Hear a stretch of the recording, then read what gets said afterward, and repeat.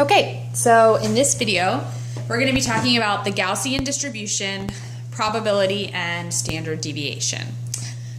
So in order to start, we need to describe the Gaussian distribution. And this is also referred to as the normal distribution. So you might see it written as both in your textbook.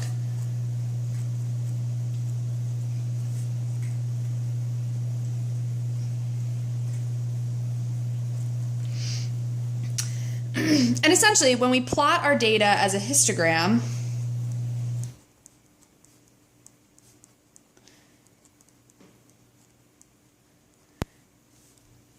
the Gaussian function is a smooth curve that can be used to describe the fit.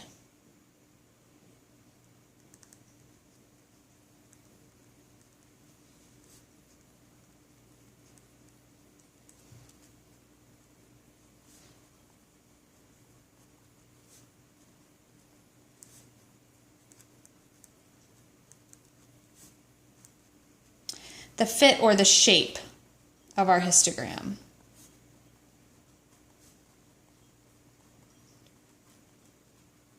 So this is often what's referred to as the bell curve, right? And if we look at this, I'm going to attempt to draw a couple of Gaussian curves.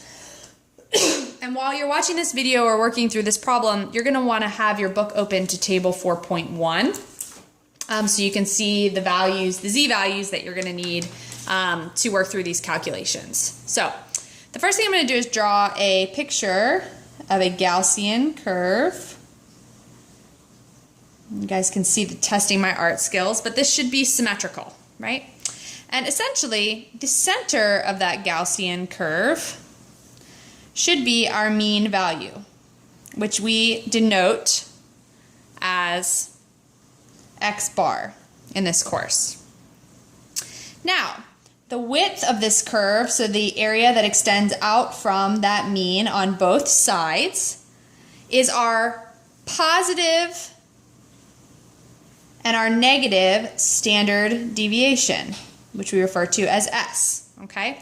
So while the center of the curve is corresponding to our mean, the width of the curve corresponds to our standard deviation, okay? And we can think about this in response or in regard to accuracy and precision by saying that our mean, or the center of the Gaussian fit, is attributed to how accurate our measurement is, how true to the known value, and that the width of our curve, or our standard deviation, has to do with our precision, how close our data points are to one another. So that standard deviation here, the width of the curve, shows us how spread out our data are from one another. So a very skinny curve means high precision. A very wide curve means low precision. Okay, so we can normalize this curve so that the area under the whole curve should be equal to 1. And based on that symmetry there, and again, this might not look symmetrical, but just imagine that it is. That means that from my mean out to positive infinity, the area under that curve should be what? Well, it should be half of 1, which is 0.5. And out to negative infinity, that area should also be 0.5. And the area under this curve is important because the area under this curve can help us determine or represents the probability or the percentage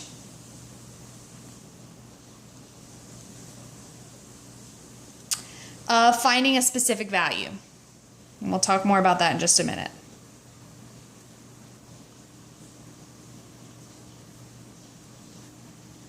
Okay, so in order to consider this, we have to consider our z value. Okay, so in your textbook, you'll see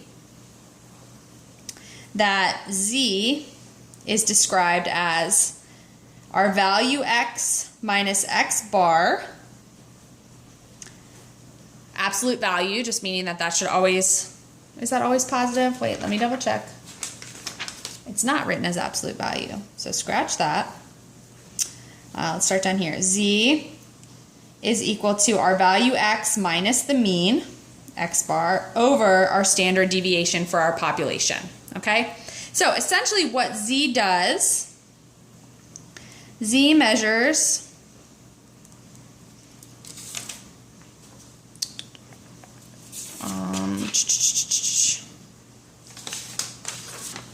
Z essentially, oh, sorry, I'm just moving some papers around. Z essentially measures the number of standard deviations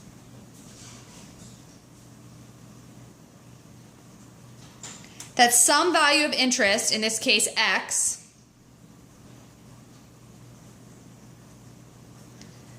lies from the mean.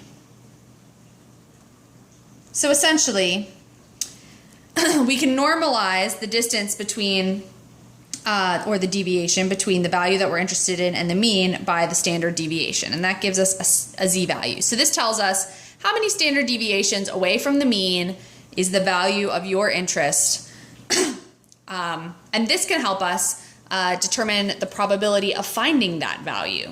Okay, so in the next couple problems, we're going to be thinking about z values. We're going to be thinking about area under the curve and calculating the change in the area under the curve based on those z values. So you are going to want to have table 4.1 open, and we'll be thinking about those things moving forward. Okay, so we're going to start with this problem here, which says that the Gaussian distribution of female height in the US has a mean of 164 centimeters and a standard deviation of plus or minus 5 centimeters. So this gives us an x bar, or a mean, of 164 centimeters and an s, or a standard deviation, of 5 centimeters. Okay, now this says calculate the percentage of females with a height between 165 centimeters and 170. So we can use the z value, 164, our mean, and our standard deviation of 5 in order to calculate that probability of essentially what percentage of females based on this average and this standard deviation are going to be between the heights of 165 and 170 centimeters. Okay, so the first thing I'm going to do is draw a little representation of the curve in which I'm interested in, right? Because this is going to be important for calculating the area that I'm interested in under the curve. I'm going to draw my mean, which we said lies at 164. Okay? Now I'm trying to find females that are between 165 and 175 centimeters. So that's going to be on the right-hand side of my Gaussian curve here, and I'm going to keep that in mind as I go forward. Okay? Now, one thing to look at is that on table 4.1, you're going to see some z values. You're also going to see a y value. So you're going to see z, y, and you're going to see a column that has area. The areas listed are from, so areas listed in table 4.1 denote the area from z equals 0 to z equals whatever you calculated. Okay, now z equals 0 is at our mean. Okay, so we're going to think about that as we move forward with calculating our area of interest. Okay, so because we have 165 and 170, we're going to need to calculate two z values. So my first z value, I'm going to start with 170. That is my value of interest, and I'm going to subtract my mean, which is 164. And I should have put sig figs up here just so you guys know. And I'm going to divide that by my standard deviation, which in this case is 5 centimeters.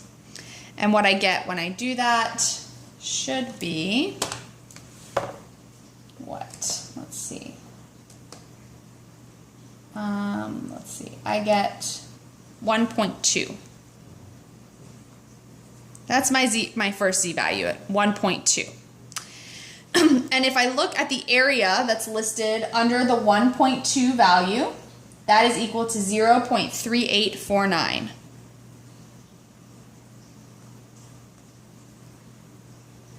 And I just got that from the z value on table 4.1. I went over and looked up the area. Okay, so now my second z value, I'm going to do right here. Same idea, except I'm using my value of 165 centimeters minus 164 centimeters over 5, my standard deviation. And that should give me a value of z of 0.2. And when I look up the area on table 4.1, that gives me at 0.2 an area of 0.0793. Okay, so I have two areas under the curve to consider, and I need to think about how to combine these in order to get the overall area between my z value for 165 and my z value for 170. So remember that the area listed is going to be from z equals 0, or my center, all the way over to where my z value that I calculated is. So my first area for my z value of 1.2 is represented by all of the area from z equals 0, or my mean, out to my z value of 1.2. I'm actually going to get a different colored pen to represent my next area, because remember, my next area, this 0.0793, is going to represent the area from 0 out to my z value of 0.2.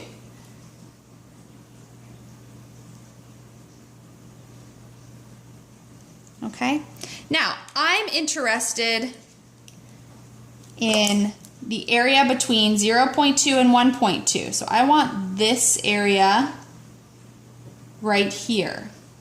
Okay, and the way that I'm going to achieve getting that is to subtract the area from 0 to 1.2. Use that. So 0.3849 is my area that I got from my z value of 1.2. And I'm going to subtract, right, the area from 0 to 0.2, and that's going to give me my leftover area in the range of 0.2 to 1.2. So 0.0793, and when I do that calculation, I get, let's see, 0.3849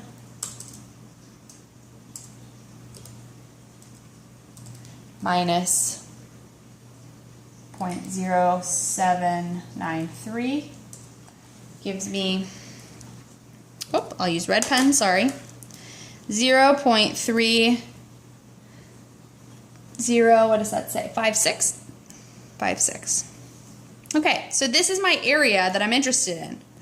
This is the probability of me finding, based on this average, standard deviation, and a Gaussian fit, probability. This is the probability of me finding a female between the height of 165 and 170. Okay, now this is the probability, so if I want percentage, all I need to do is multiply this value by 100.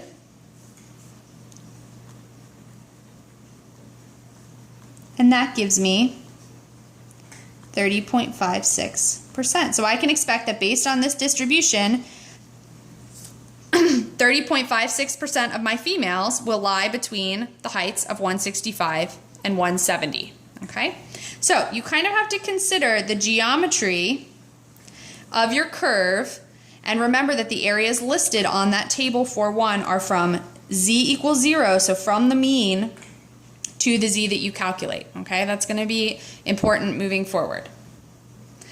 So I have a slightly different example here for, now I'm interested in females between 162 centimeters and 165 centimeters. So if I remind myself that my mean is at 164 centimeters, and that z equals 0. Now, one number is on the right-hand side. 165 is going to lie to the right of 164, but 162 is going to lie to the left, right? So when we're thinking about total area, instead of subtracting, we're going to be adding total area this time. So let's calculate our two z values based on those values of interest. The first value I'm going to use is 165 minus 164. And I dropped my sig fig there, sorry. All over 5 centimeters. Now we just did this calculation up here. That's going to give me a z value of 0.2, which corresponds to an area of 0.0793. Now remember, this area represents the area between z equals 0 at our mean and z equals 0.2, which we just calculated. Z2 in this case is going to be 162 minus 164 all over 5 centimeters.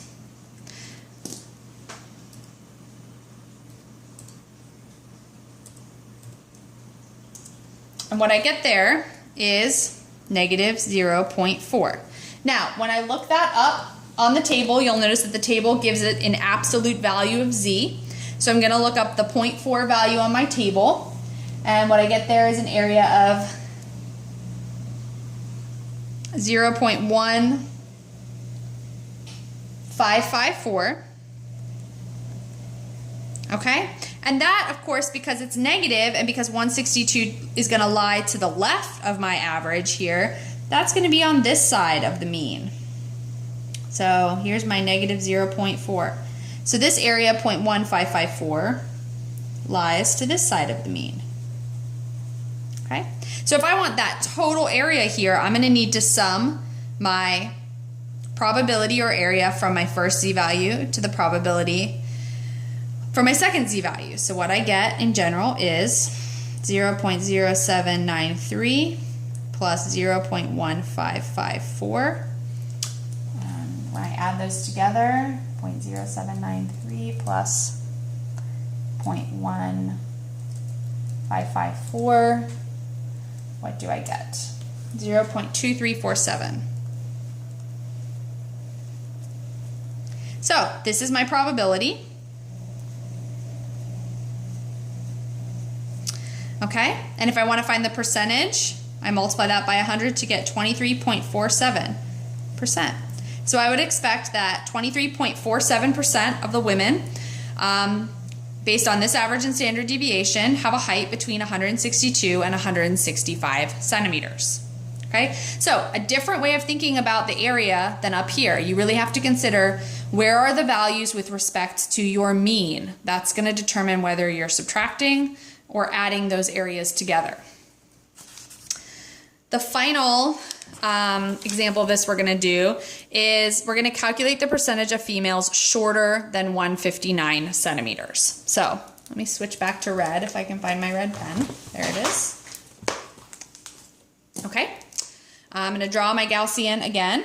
So we're using the same average and standard deviation as we did in the last example. So remember, my average or my mean was at 164 centimeters, and that had a z value of 0. Right? Now, here I'm interested in everyone or each female, the percentage of females that is shorter than 159 centimeters. So I only have one z value to calculate here, right? Technically. So I'm looking for, let's go ahead and calculate that z value, which is 159 minus 164 over 5, and I know I've dropped all my sig figs, right? So just for brevity. And what I get here is 159 minus 164 divided by 5. This gives me a z value of negative 1, okay? And when I look up the area that's associated with that z value I get 0.341. 0.3413. Okay, and this z-value of -1 essentially says that 159 lies exactly 1 standard deviation to the left of my mean. Okay, so this 1 is just a factor of standard deviations away from the mean, which this value, the value of interest, lies. Okay, so we have an area of 0.3413. Now remember, that represents the area from z equals 0 out to my area of z equals -1. So that's all this area, right? So does this area tell me the probability of females who are shorter than 159, who are, right, have a height that is less than 159, just by looking at this area? No, this tells me the percentage of females that lie between the heights 159 and 164, which are my mean. So in order to do this, I need to remember that this whole side of my Gaussian curve going from z equals 0 out to z equals -infinity has an area of what? Well, it has an area of 0.5.